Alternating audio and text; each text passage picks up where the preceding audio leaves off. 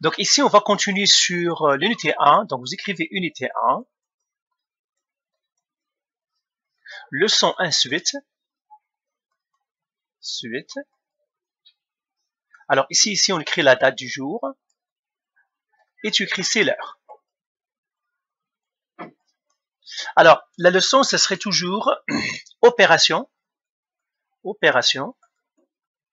sur les expressions rationnelles. Expressions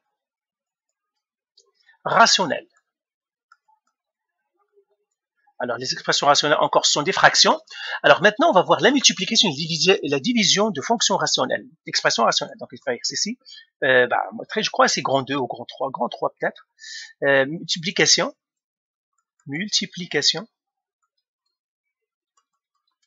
et division des expressions rationnelles. Des expressions rationnelles. Voilà, on va multiplier des expressions rationnelles et des divisions rationnelles. Encore une fois, la factorisation est importante. La factorisation des trinômes, c'est-à-dire les trinômes ax au carré plus bx plus c, et même les binômes, la factorisation en général et toute la factorisation est très importante. Si vous avez de la misère encore une fois, si vous avez de la misère, partez aux vidéos qui résolvent ça. Oh, ça c'est la chimie. C'est ici. Ça, j'efface tout ça. Ça, on l'avait déjà fait. Donc, j'efface tout ça. Alors, on va prendre quelques exemples. Ce sont toujours les mêmes étapes. Prendre quelques exemples. Comment on fait la multiplication de deux expressions rationnelles. Alors, je prends celui-là.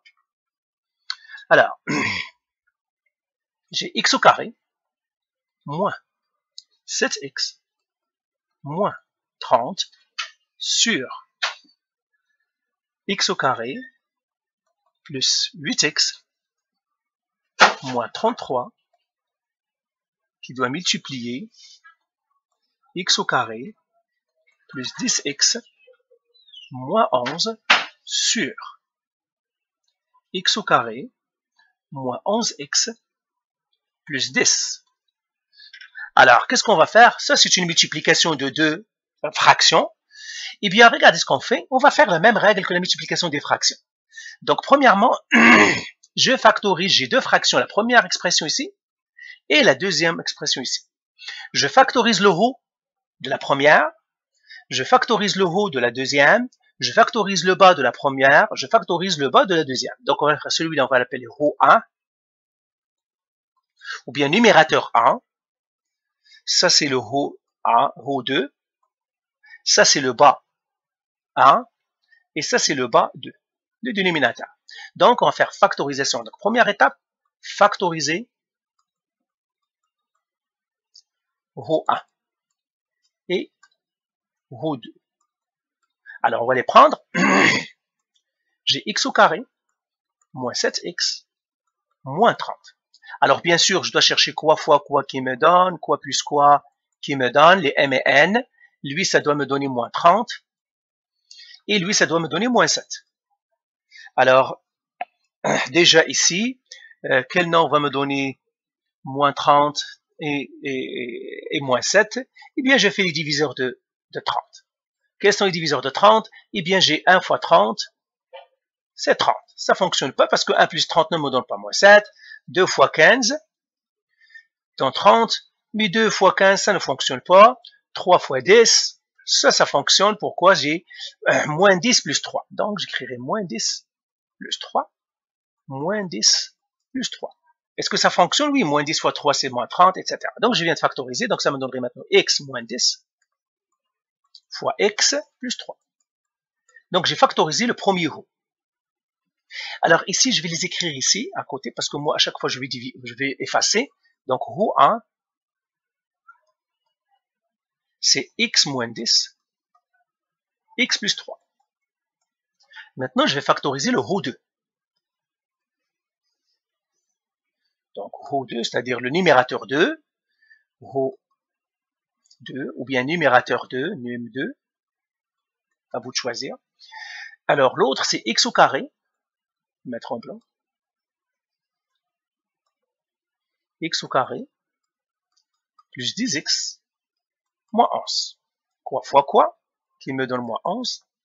Quoi plus quoi qui me donne 10. Eh bien, je le vois ici, ça va être moins 1, 11. Moins 1 fois 11. Donc, là, la factorisation, ça serait x moins 11, x plus 11. Je le fais ici, roue 2, c'est x moins 1, x plus 11. Maintenant, je dois faire deuxième étape maintenant. Je dois factoriser les bas. Donc, je l'écris ici. Deuxième étape, factoriser le bas 1 ou bien le dénominateur 1 et le bas 2. Les dénominateurs. Alors, je prends le premier. J'ai x au carré plus 8x moins 33. Là, quoi fois quoi qui doit me donner moins 33. Et quoi plus quoi qui me donnerait 8. Alors, ça me donnerait quoi à la fin? Eh bien, je le vois. Je le vois, c'est 3 fois 10, par exemple.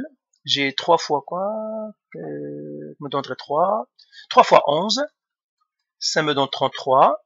Et puis j'ai moins 3 plus 11, ça me donne 8. Donc, moins 3 fois 11, ça me donne moins 33. Donc, moins 3 et 11. Moins 3 et 11. Donc, moins 3 fois 11, c'est moins 33. Moins 3 plus 11, ça fait 8. Donc là, ça me donnerait x moins 3, x plus 11. Voilà, je le bas 1, je viens de le factoriser. Ça me donnerait x moins 3, x plus 11. Donc c'est ça. X moins 3, x plus 11.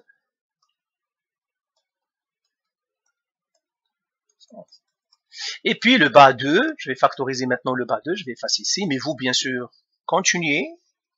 Bas 2.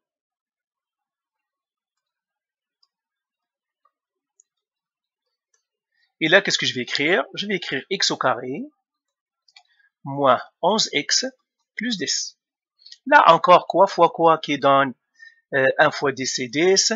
Quoi plus quoi avec produit somme, ce qu'on appelle la produit somme, moins 11. Là, je le vois, ça va être moins 10, 1. Moins 10, moins 1, moins 1. Moins 10, moins 1. Et bien, si je vérifie, moins 10 fois moins 1, ça me donne 10. Moins 10 plus moins 1, ça me donne moins 11. Et bien, je l'ai trouvé. Donc, ça va être x moins 10, x moins 1. Et bien, ça, c'est le bas 2. X moins 10, x moins 1. Voilà, j'ai factorisé tout le monde. Maintenant, troisième étape. Donc, une fois que j'ai fait les factorisations de tout le monde, troisième étape. Trouver les restrictions. Trouver les restrictions. Alors, les restrictions, on va les trouver que avec les dénominateurs, parce qu'on doit empêcher la division par 0. Donc, je ne dois prendre que les bas. Donc, je prends ces deux-là. Donc, je prends le prends bas 1. Qu'est-ce que j'ai factorisé? C'était x moins 3, x plus 11. Là, je prends celui-là, je mets égal 0. Celui-là, je le mets égal 0. X moins 3, je mets égal 0. Et l'autre, ça c'est lui. L'autre ici, x plus 11, je le mets égal 0. Là, ça me donnerait x égale à 3 parce que j'isole la variable. Et x égale à moins 11, 11 j'isole la variable. Donc, je viens de trouver deux restrictions déjà. J'ai des premières restrictions. X ne doit pas être égal à 3. X ne doit pas être égal à moins 11. Je mettrai ici. X ne doit pas être égal à moins 11. Maintenant, je dois faire, j'ai fait le bas 1, j'ai fait le bas 2 aussi, parce que je vais les laisser. Donc, j'ai fait les restrictions avec le bas 1, maintenant j'ai fait les restrictions avec le bas 2, ça veut dire le dénominateur 2. Eh bien, ça va faire x moins 10, x moins 1. Là, je prends celui-là aussi, je fais x moins 10 égale 0. Je fais celui-là aussi, x moins 1 égale 0. Donc, lui, j'isole la variable, ça me donnera x égale à 10. J'isole la variable, x égale à 1. Donc là encore, les autres restrictions, je dois les écrire. X ne doit pas être égal à 10. X ne doit pas être égal à 1. Voilà, j'ai trouvé mes restrictions. Donc, je vais effacer quatrième étape. Quatrième étape. Donc, quatrième étape, simplification, comme ce que nous avons vu avant. Simplification. Simplification. Alors, les simplifications, qu'est-ce que je dois écrire? Je dois écrire le haut A, c'est celui-là, x moins 10, et x plus 3. Et puis, je dois écrire, je mettrai tout ça sur une seule barre. J'écris les hauts ensemble et les bas ensemble. Donc, j'ai le haut 1, c'est celui-là. J'écris le haut 2 maintenant. X moins 1, x plus 11. Donc, ça, c'est le haut 1. Haut 1. Ça, c'est le haut 2. Mais puisque c'est une multiplication, ils vont se joindre. Les hauts vont se joindre avec les hauts. Maintenant, j'écris les bas. Les bas, qu'est-ce que j'ai? Le bas 1, c'est x moins 3, x plus 11, x moins 10, et x moins 1. Voilà. Ça, c'est le bas 1. Ça, c'est le bas 2. Je les ai mis aussi ensemble. Parce que c'est ça la multiplication des fractions. Quand j'ai multiplication de fractions, disons par exemple, j'ai 3 sur 6, que je dois multiplier par 9 sur 10. Eh bien, qu'est-ce que j'ai fait? Eh bien, je vais faire 3 fois 10 fois 9. Donc, ce que je dois faire? Je dois faire 3 fois 9. Et en bas, je dois faire 6 fois 10. C'est ça la multiplication des fractions. Il me dit les hauts ensemble, les bas ensemble. Et je les mets sur une seule barre. C'est ce que je viens de faire. J'ai appliqué tout simplement les lois des fractions. Ces lois-là sont toujours vraies. Alors, je vais effacer ici pour que ça ne me mélange plus. Mais vous avez compris le principe. C'est une multiplication. Je mets les hauts ensemble, les bas ensemble. Voilà.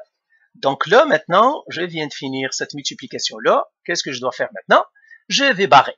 Qu'est-ce que je vais barrer? Eh bien, je vais regarder ceux qui sont pareils. X moins 10 en haut. J'ai un X moins 10. Je vais barrer avec du noir. 10 moins X en haut, 10 moins X en bas, il va sortir pareil. X plus 3 en haut, je n'ai pas de X plus 3 en bas. X moins 1 en haut, j'en ai un X moins 1 en bas. Le package, toute la parenthèse, pas à l'intérieur. J'ai X plus 11 en haut, un X plus 11 en bas. Eh bien, qu'est-ce qui reste à la fin quand j'ai barré? Donc, tous ceux que j'ai barrés doivent disparaître. Donc là, je vais écrire, celle-là, elle est égale. Qu'est-ce qui est resté à la fin? Il est resté X plus 3 sur X moins 3. Eh bien, voilà, c'est ce qui va rester. Maintenant, je vais effacer pour écrire ma réponse. Cinquième étape, réponse. Réponse.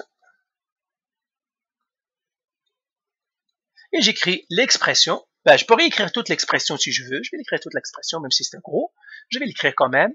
X au carré moins 7x moins 30 sur x au carré plus 8x moins 33 qui multiplie x au carré plus 10x moins 11 sur x au carré moins 11x plus 10 égale x plus 3 sur x moins 3.